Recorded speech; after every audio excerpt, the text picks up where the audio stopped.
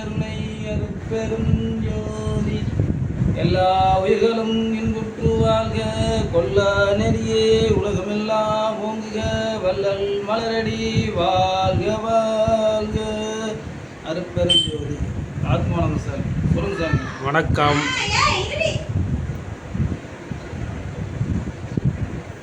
இப்போது நான் போன வாரம் நம்ம இந்த கருமாரி பற்றி நிறைய பேசணும். கருமாரி எதுக்கு காரியம் பண்ணுறாங்க, இதெல்லாம் நம்ம பேச முடியும். இதெல்லாம் அது இன்னும் விளக்கமாக அந்த கருமாரி பற்றி சொல்ல முடியுமா? இல்லை இன்னும் புரியலையா?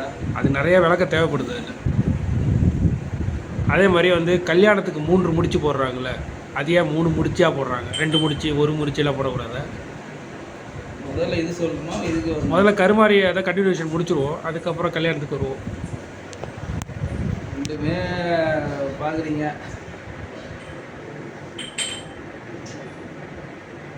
கருமாரி அது இது நிறைய டக்குன்னு புரியாது. இது இந்த பாதைக்கு வந்தவங்களுக்கு மட்டும்தான் அது புரியும். உலக மக்களுக்கு அது புரியாது. ஏன்னா இங்கே தானே நடக்குது. அதுக்கு ஒரு இறந்துவிட்டால் ஒரு முறைன்னு ஒன்று செய்கிறாங்க இல்லையா? சாஸ்திரம் சம்பிரதாயம் இதுக்கு இப்படி தான் செய்யணுன்ட்டு. அப்போ இந்த விண்டம் இந்த குழந்தை முன்னாடி எப்படி உற்பத்தி ஆச்சு வந்ததுங்கிறது உங்களுக்கு தெரியாது. உயிர் போன பிறகு தானே இதெல்லாம் செய்கிறீங்க இல்லையா? அதாவது ஏஜ் அட்டன் ஆகுனா, ஏஜ் அட்டன் ஆனதுக்கு அப்புறம் ஒரு உணர்ச்சி வேறு, உணர்வு வேறு. அதை தாண்டி காம வயப்படுறாங்க. அப்போ ஒரு குழந்தை பிறகு. இப்போ சப்ஜெக்ட் எப்படி தெரியுங்களா? நீங்கள் உங்கள் பார்ட்னரோட குழந்தை பிறந்ததால அது உங்கள் குழந்தைன்னு சொல்கிறீங்க. புரியுதா? நல்லா புரிஞ்சுக்கணும், தெளிவாக கேட்கணும், தெளிவாக புரிஞ்சு நான் சொல்கிற வார்த்தையை கேளுங்க. நான் ஒருத்தர் அப்படி தான், சின்ன பையனாக இருந்தாலும் கொஞ்சம் சொல்கிறதை கேளுங்க அப்படின்னா அவங்க வேறு மாதிரி நினச்சிக்கிட்டாங்க. ஏன்னா நான் சொல்ல போகிற விஷயம் எந்த புத்தகமும் எந்த நூல்லையும் இல்லை. நீங்கள் தேடி பார்த்து ஒரு உண்மையாக போய் ஆராயலாம். அவர் என்ன சொல்கிறார் அதை அப்படி இப்படி சொல்கிறேன். இதுக்கு என்ன விளக்குன்னு நான் கேட்பேன், அது எனக்கு பதில் சொல்லுவார். அதை தான் நான் சொல்கிறேன் வஞ்சி எந்த நூல்லையும் கிடையாது. யாரும் அதுக்கு விளக்கம் கொடுக்கவும் கிடையாது. புரியுதா அவங்களுக்கு? அதனால் நான் இல்லை, அவர் சொல்கிறத நான் சொல்கிறேன். அவர் என்ன உணர்த்துறாரோ அதை தான் நான் சொல்கிறேன். உங்கள் பார்ட்னரு கல்யாணம் பண்ணுறீங்க, குழந்தை பிறக்குது. குழந்தை பிறந்தது பிறகு உங்களுக்கு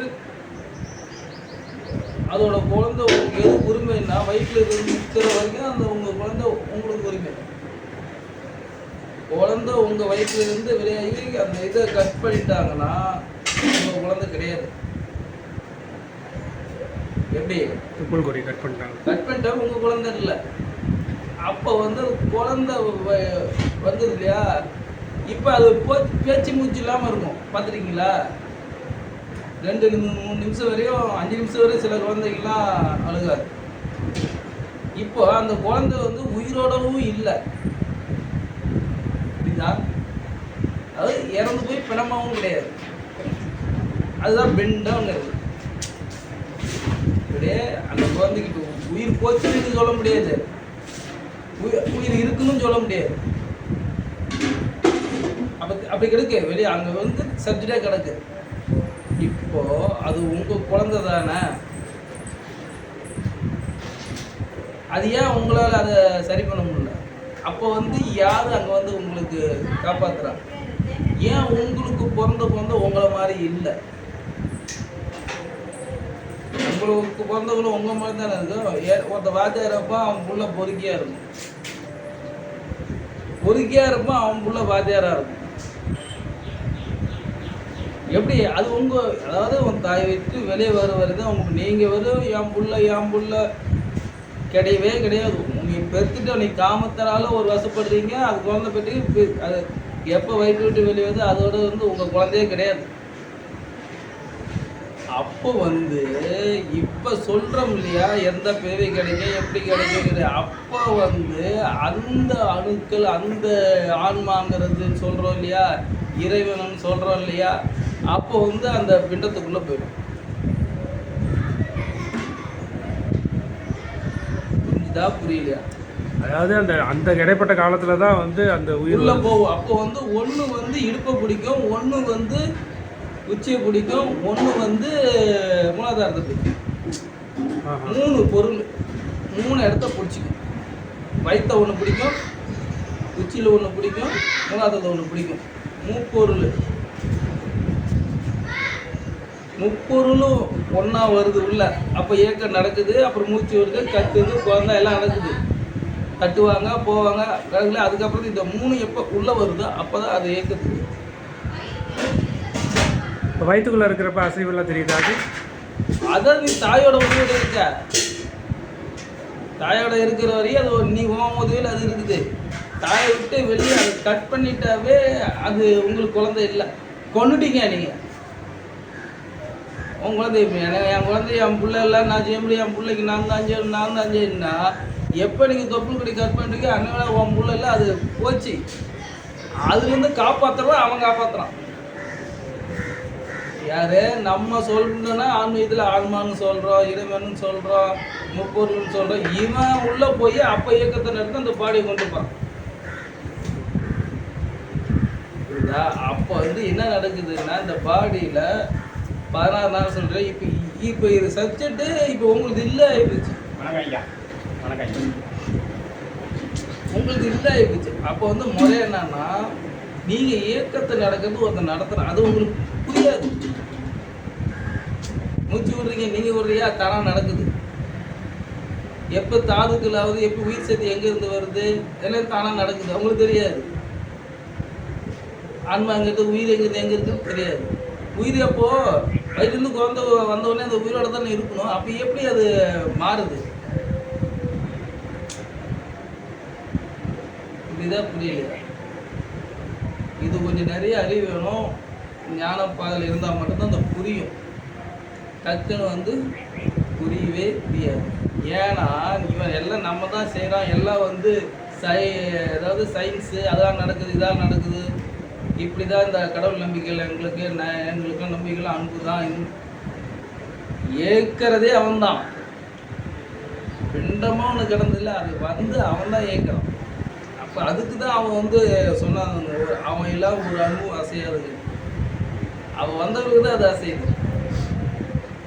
முப்பொருளும் ஒன்று உள்ளே வந்தது இல்லையா, வயிற்றை பிடிச்சது, மேலே பிடிச்சி, இடுப்பை பிடிச்சது இல்லையா, அது போகும்போது 3 போடும் வெளியே.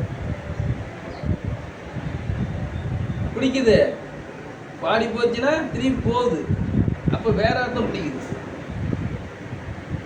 அது வெயிட்டிங்கு 16 நாள். பொருள் என்னது? ஆன்மா, காற்று, அதான் சக்தி, ஆதார சக்தி. மூலாதாரம், காற்று, ஆன்மா. ஆன்மா கண்ணுக்கு தெரியாது. அது ஆன்மாங்கிறது அணுவில் பாதிங்கிறான். கண்ணுக்கு தெரியாது, ஆனால் அதான் ஏற்குது. உங்களுக்கு அது இல்லைன்னு சொல்ல முடியாது. கண்ணுக்கும் தெரியாது. இது 3 வந்து ஒன்றை ஏற்குது. இதுதான் புரியலையா? புரியுது.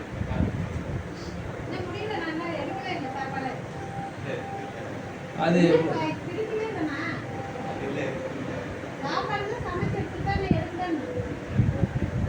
புரியுதா? அதனால தான் இவர் இருந்த இடம், அதாவது ஐயா சொல்லுவார், இதை அவன் வந்து அவனுக்கு தானே, உங்களுக்கு கிடையாது இல்லை, அதை எரிக்கிறது உங்களுக்கு என்ன ரைட்ஸ் இருக்குது? நீங்கள் காமத்தால் வயப்படுறீங்க, அது காமத்துக்கு ஒரு குழந்தை பிறகுது, அது பிறந்தோடனே நீங்கள் கட் பண்ணிட்டு பிறகு மீறி அவன் தண்ணி, அது ஆதாரம் எல்லாம் அது தானாக நடந்து அது காப்பாற்றிக்கிட்டு இருக்கு. புரியுதா உங்களுக்கு? இவன் வந்து நான் இருந்தால் தான் அதை காப்பாற்ற முடியுங்கிற இதில் வந்து இவங்க நினச்சிக்கிறாங்க. எப்போ அதை கட் பண்ணி அதுக்கும் உனக்கு எந்த சம்மந்தம் இல்லை, உன் பேச்சே கேட்காது. ஒரு குழந்தை உன் பேச்சு கேட்கும், ஒரு பேச்சு கேட்கவே கேட்காது. ஏன்னா அது உள்ள போனவன் வேற. உங்களுக்கு அந்த உரிமை அன்னையோட முடிச்சிடலாம். புரியுதா? இப்போ வந்து இப்போ இருக்கிற குழந்தைகள்லாம் மாறி மாறி வேற ஒருத்தனோட ஆன்மாங்கிறது சொல்லுவாங்க. ஆமாம், ஆன்மா அது பொது இருக்குது. இதை நான் எந்த பாடியில் வந்து ஞானத்தில் தான் தெரியும். எத்தனை பிரிவு எடுத்தேன், எங்கெங்கே வந்தேன், என்ன எத்தனை சுத்தம் பண்ணாங்கிறது நம்ம தியானத்தில் பார்த்துக்கலாம். அதே போல் அஞ்ஞானத்தில் இருக்கிறவங்களுக்கு என்ன சொன்னாலும் புரியவே புரியாது.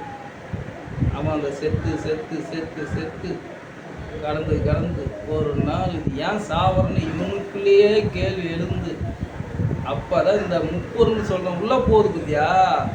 இது எப்படி உள்ளே போகுது, இது எப்படி வெளியே வருது, இந்த மூணு நம்ம கண்ட்ரோல் கொண்டு வரணும். இது அது மூணையும் ஒன்றாகணும். முப்பொருளும் ஒன்றுதென்றாய் வெண்ணிலாவே, அது மூன்று ஒன்றாய் முடிந்தது என்ன வெண்ணிலா?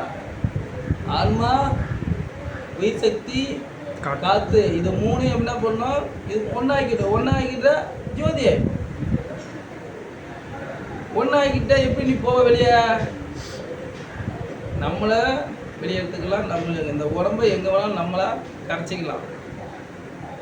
கொஞ்சம் இருக்கிறத நம்ம அந்த நெருப்பு சின்னதாக இருக்குது, பூதாங்கோல் ஊற்றி ஊதி ஊதி ஊதி பெருசாக்குறோம் இல்லையா? அதேமாரி ஆதார சக்தியில் காற்றை வச்சு ஊதி ஊதி ஊதி ஊதி அந்த சின்னதை பெருசாகும். இது யோகம், இதுதான் ஆன்மீகம். இது ஆன்மீகம்னா ரொம்ப கேவலமாக அது பண்ணுறாங்க. அந்த 30-40 வயசுக்குள்ளே வந்துட்டு அவன் கேட்டகரி வேறு. இது முடியாத வயசில் வந்து உட்காந்துக்கிட்டு ஜாமின்னு உட்காந்துட்டா முட்டகேஸ் வேலைக்கு ஆகுது. 40 வயசு 35 வயசுக்குள்ள வந்தால் தான். அதுக்கப்புறம் வேஸ்ட்டு. அது காலி சட்டி வெறும் உடஞ்சி போனது முடியாத எல்லாம் யூஸ் பண்ணி போன வண்டியை வச்சு என்ன பண்ணுவார்? எக்ஸ்பிரி ஆகி போச்சு. 5 வருஷம் தான் உனக்கு கேரண்டி கொடுத்து அனுப்புகிறான். 5 வருஷத்துல அவன் ஆயுசு முடிஞ்சு போகுதா? உன் வயசு வந்து 60 வயசுக்குள்ளே கொடுத்துட்றான். 120 வாழ்கிறது இல்லை, 60ங்கிறான். அப்பயே 40ல் ஜோலி முடிஞ்சு அப்படியே அவனை எப்படி பிடிப்பேன்? நான் அப்புறம் முடிகிறேன், என் புள்ள இருக்குது, அது இருக்குது, அவனை கல்யாணம் பண்ணி கொடுத்துட்டு இவனை கல்யாணம் பண்ணி கொடுத்துட்டு இவனை வேலை வாங்கிட்டு செட்டில் ஆகிட்டு அதுக்கப்புறமா நான் பார்க்குறேன். அதுமா அதுதான் ட்ரிக்கே. அங்கே தானே இருக்கா எல்லாம் உனக்கு வச்சு செய்கிறது. நிறைய பணத்தை கொடுத்துருவான். நல்ல எனக்கு தான் நிறையா பணம் இருக்குதா, நான் ஜாலியாக சுற்றி எனக்கு எந்த கவலை இல்லை. நான் எதுக்கு அவனை பார்க்கணும்? பணத்தை கொடுத்துருவான். ஒரு நாள் பொண்டாடியை பிடிக்கணும், பிள்ளையை பிடிக்கணும். அப்போ பணம் நிறையா இருக்கும். வச்சு பிள்ளையை வாங்க முடியாது, பொண்டாடி வாங்க முடியாது. எவ்வளோ இருந்தாலும் அது என்னது இல்லை. பிள்ளையா என்னது இல்லை, பொண்டாட்டியா அது என்னது இல்லை. என்னோட இதில் பாதுகாப்பு நான் இருக்கிறேன். அதுக்கு என் வேண்டிய உதவியை நான் செய்கிறேன். அதோடைய நல்லது கெட்டது அதோட செயலால் அதோட முடிவால் அதுவாக அமைச்சிது. புரியுதா? எதுவுமே என்னதில்லை. இப்படி கேட்டதான் கோடி ரூபாய் இருந்தாலும் அது அவனுக்கே பயன்படும். இது என்னுடையது, நான் எதுக்கு உனக்கு கொடுக்கணும் அப்படி நினச்சிட்டா நீ போயிடுவ. கோடி அங்கேயே வரும். அடுத்தது 3 முடிச்சு கல்யாணத்துக்கு ஏன் போடுறாங்க? 3 முடிச்சு தான் போடணும். தமிழ் வார்த்தைகளை கொஞ்சம் பாருங்கன்னு சொல்லியிருக்கேன் இல்லையா? நிறைய அதில் சொல்கிறது. அதுக்கு என்ன பேர் கொடுக்க வச்சு கூப்பிட்றாங்க? வாங்கன்னு எதுக்கு கூப்பிட்றாங்க? பத்திரிக்கையில் எப்படி போடுறீங்க?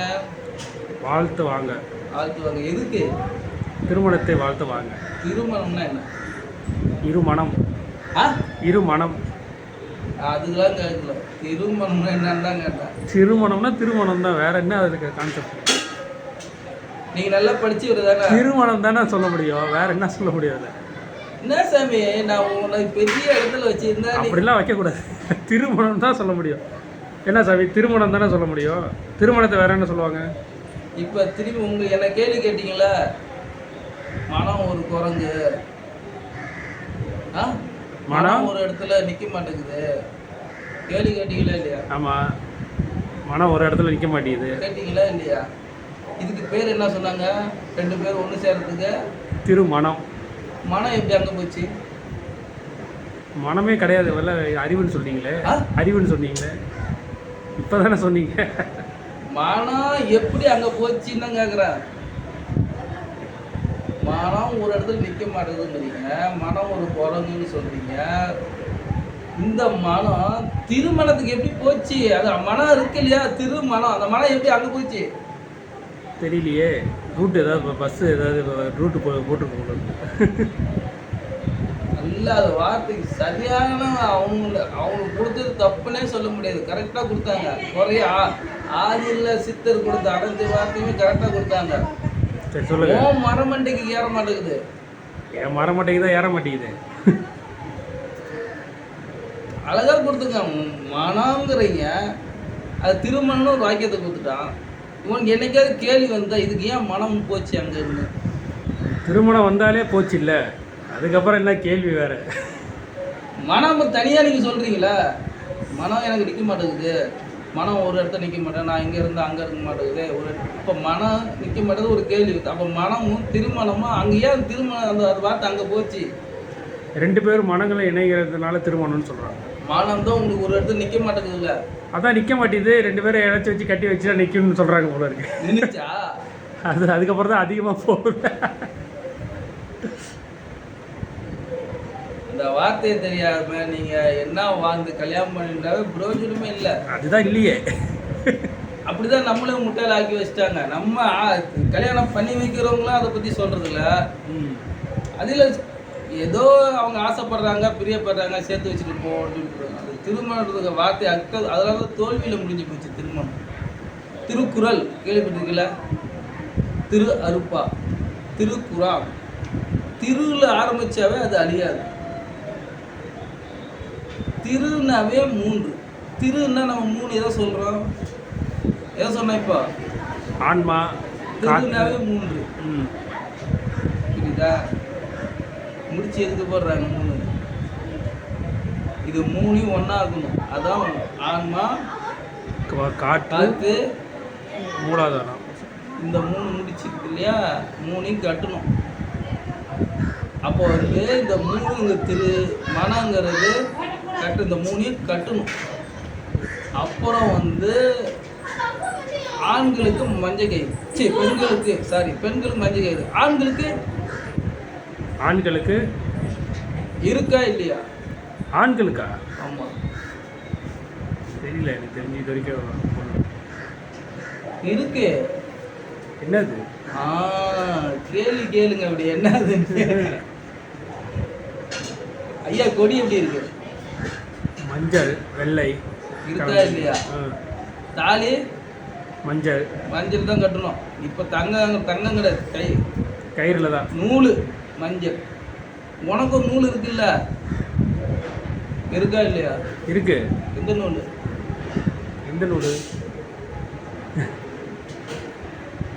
சாமி அது எல்லாத்துக்கும் உண்டு சாமி. அது சில பேர் அதை கடைப்பிடிக்கிறது இல்லை. அது ஒரு குறிப்பிட்ட சமுதாயம் சொல்லி பிரிச்சிட்டாங்க. பூநூல். போடுவோம் பூநூல். பூநூல் ஆணுக்கு பெண்ணுக்கு மஞ்சள். இது ஆணு வந்து சக்தி, சுரோனு சக்தி. சுரோனி மஞ்சள் வெள்ளை. இது 2ம் கட்டணும். இது 2ம் ஒன்றாகணும். இது வாழ்க்கையில் நடைமுறைப்படுத்திருக்கணும். எல்லாத்துக்கும் உண்டு. அது சில பேர் அதை ஒரு குறிப்பிட்ட சமுதாயம் சொல்லிட்டு அது பிடிச்சாங்க. அப்படி இல்லை. தாலி எப்படி பெண்ணுக்கோ, பூனல்ங்கிறது ஆணுக்கு. இதான் இந்த வெள்ளை மஞ்சள் எல்லா பிரபஞ்சமும் எல்லாமே இது பூனல். தாலி கட்ட என்ன செய்யறாங்க? அன்னைக்கு ஒரு நாள் கட்டுவாங்க.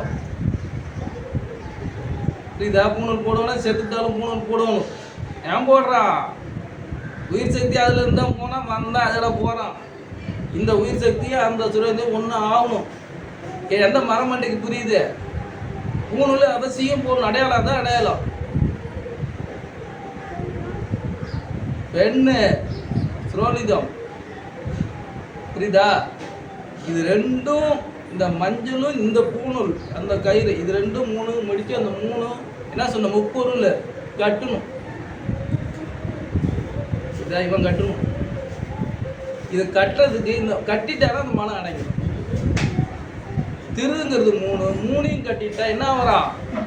இந்த மஞ்சள் நூலும் கலந்தா அந்த மஞ்சள் இது கலந்தா என்ன ஆகுது? மஞ்சளையும் வெள்ளையும் ஒன்றா கலந்தா என்ன கலரா ஆகும்? சிவப்பு கலர். சிவப்பு. இந்த 2மே கலந்துச்சுன்னா செவ்வேலாக மாறும். ஒவ்வொரு ஜீவனும் செவ்வேலாக மாறும். அப்பதான் அவன் யாருன்னு புரியும். புரிஞ்சுதா? எதுக்கு திருமணம்? செவ்வேலாக முருகப்பெருமானது பிரணவ தேகத்துக்காக ஏற்படுத்தப்பட்டது. நீ எங்க நிக்கிறீங்களா? கோர்ட்டில் நிற்கிறீங்க. என் பொண்டாட்டி அது பண்ணிட்டுக்கிறா, இது செய்ய மாட்டேங்கிறா, புள்ள இல்லை அது இல்லைன்னு சொல்லிட்டு அங்கேருந்து கம்ப்ளைண்ட் பண்ணிட்டு நிற்கிறீங்க. என்னத்துக்கு திருமணம் சொன்னாங்க? இது தெரியாமல் கட்டிக்கிட்டு தான் நிறைய பேர் அவஸ்தைப்படுதுங்க. ஆத்மானந்த சாமி இன்னும் அடுத்த வாரத்தில் நிறைய பேசுவோம். அடுத்து கண்டினியூ பண்ணலாம். வேறு ஏதாவது பற்றி பேசலாம். திருமணத்தில் இன்னும் நிறைய இருக்குது. அது நான் இன்னும் அது ஏது இந்த சாந்தி எல்லாம் விளக்கம் அடுத்த வாரத்தில் வந்து கண்டினியூ பண்ணும். இப்போதைக்கு நேரம் இல்லை. பெருஞ்சோதி அடுத்து